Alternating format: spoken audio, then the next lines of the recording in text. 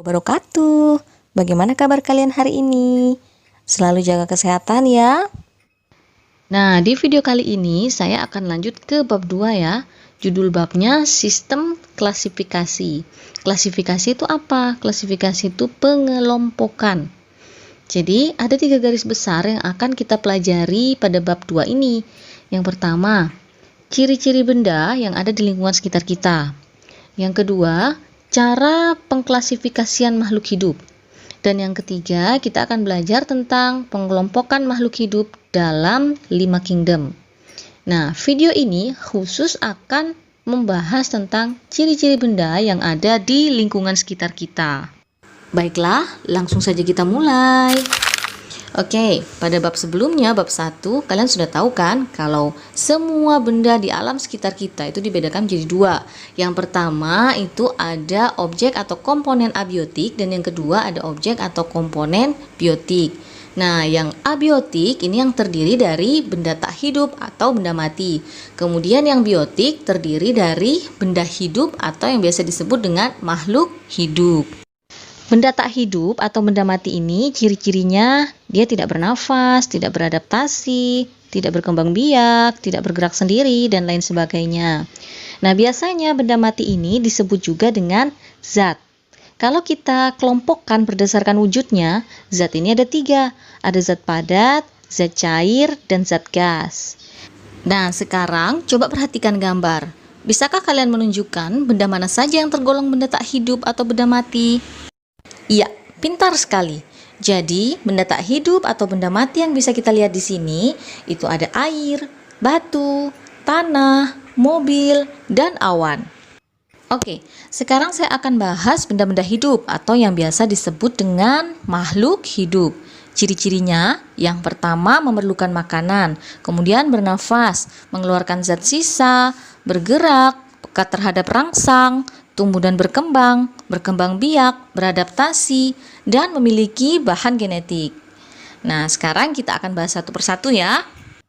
Ciri yang pertama, memerlukan makanan.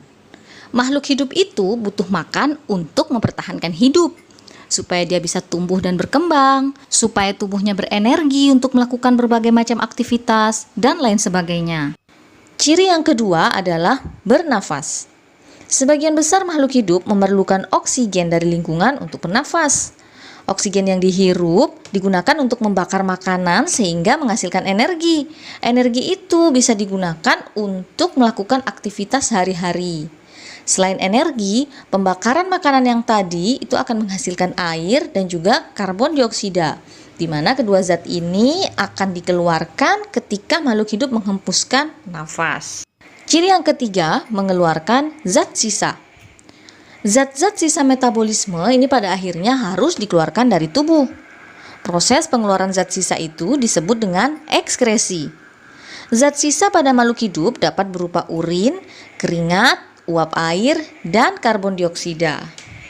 Ciri yang selanjutnya adalah bergerak. Gerakan pada makhluk hidup yang paling mudah kalian amati itu gerak pada manusia dan hewan. Karena manusia dan hewan ini geraknya aktif dan mudah sekali berpindah tempat. Berbeda dengan tumbuhan. Gerak pada tumbuhan cenderung sulit untuk diamati karena pergerakannya lambat, kemudian geraknya itu pasif atau tidak melakukan gerak yang berpindah-pindah tempat. Ciri yang selanjutnya, peka terhadap rangsang. Sekarang coba kalian bayangkan apa yang kalian rasakan kalau tiba-tiba kalian menginjak puntung rokok. Pasti kalian akan berteriak atau paling tidak kalian akan langsung menarik kaki kalian karena kepanasan. Nah, yang kalian lakukan itu merupakan salah satu contoh respon kalian terhadap rangsangan.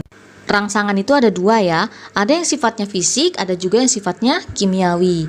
Contohnya yang bersifat fisik itu apa? Nah, contohnya cahaya, perubahan suhu, dan sentuhan. Sedangkan rangsangan yang bersifat kimiawi bisa berupa bau zat kimia tertentu dan rangsangan-rangsangan dari dalam tubuh seperti rasa lapar dan haus. Manusia dan hewan itu memiliki alat indera yang peka terhadap rangsang. Jadi semua rangsangan itu akan diterima oleh reseptor pada alat indera, kemudian diteruskan ke sistem syaraf pusat sehingga tubuh bisa menanggapi rangsangan tersebut. Berbeda dengan tumbuhan. Tumbuhan tidak memiliki alat indera dan sistem syaraf. Rangsangan yang datang pada tumbuhan itu akan disebarkan oleh cairan dalam sel tumbuhan. Tumbuhan tertentu memiliki kepekaan terhadap jenis rangsang tertentu. Contoh, ujung batang tumbuhan membengkok ke arah datangnya cahaya. Kemudian daun putri malu akan mengatup jika disentuh. Ciri yang selanjutnya, tumbuh dan berkembang. Manusia, hewan, dan tumbuhan itu akan mengalami pertumbuhan dan perkembangan. Contoh, pada manusia ya, dari janin kemudian jadi bayi, kemudian jadi anak-anak, jadi remaja, dan akhirnya berubah menjadi dewasa. Lanjut ke ciri-ciri berikutnya, yaitu berkembang biak atau bereproduksi. Nah, perkembangbiakan makhluk hidup ini dibedakan menjadi dua jenis ya. Yang pertama perkembangbiakan secara generatif atau secara kawin, dan yang kedua perkembangan secara vegetatif atau secara tidak kawin. Oke, ciri yang selanjutnya adalah beradaptasi. Adaptasi itu merupakan kemampuan makhluk hidup untuk menyesuaikan diri dengan lingkungannya. Ada 3 jenis adaptasi ya, ada adaptasi morfologi, fisiologi, kemudian adaptasi tingkah laku. Kalau adaptasi morfologi ini penyesuaian terhadap lingkungan yang ada kaitannya dengan bentuk tubuh dari makhluk hidup itu. Contohnya, bentuk paruh burung antara burung pemakan biji dengan burung pemakan daging itu akan berbeda. Kemudian selanjutnya adaptasi fisiologi. Nah, ini merupakan penyesuaian fungsi alat tubuh terhadap keadaan lingkungan. Contohnya, orang yang tinggal di daerah pegunungan itu akan memiliki hemoglobin yang lebih banyak. Seperti itu ya. Kemudian yang terakhir ada adaptasi tingkah laku.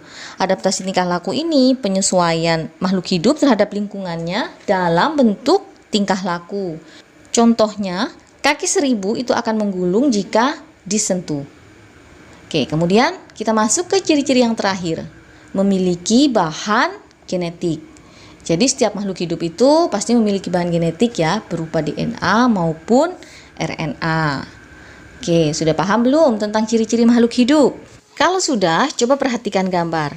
Kemudian bisa tidak kalian tunjukkan mana saja yang tergolong makhluk hidup? Ya, pintar.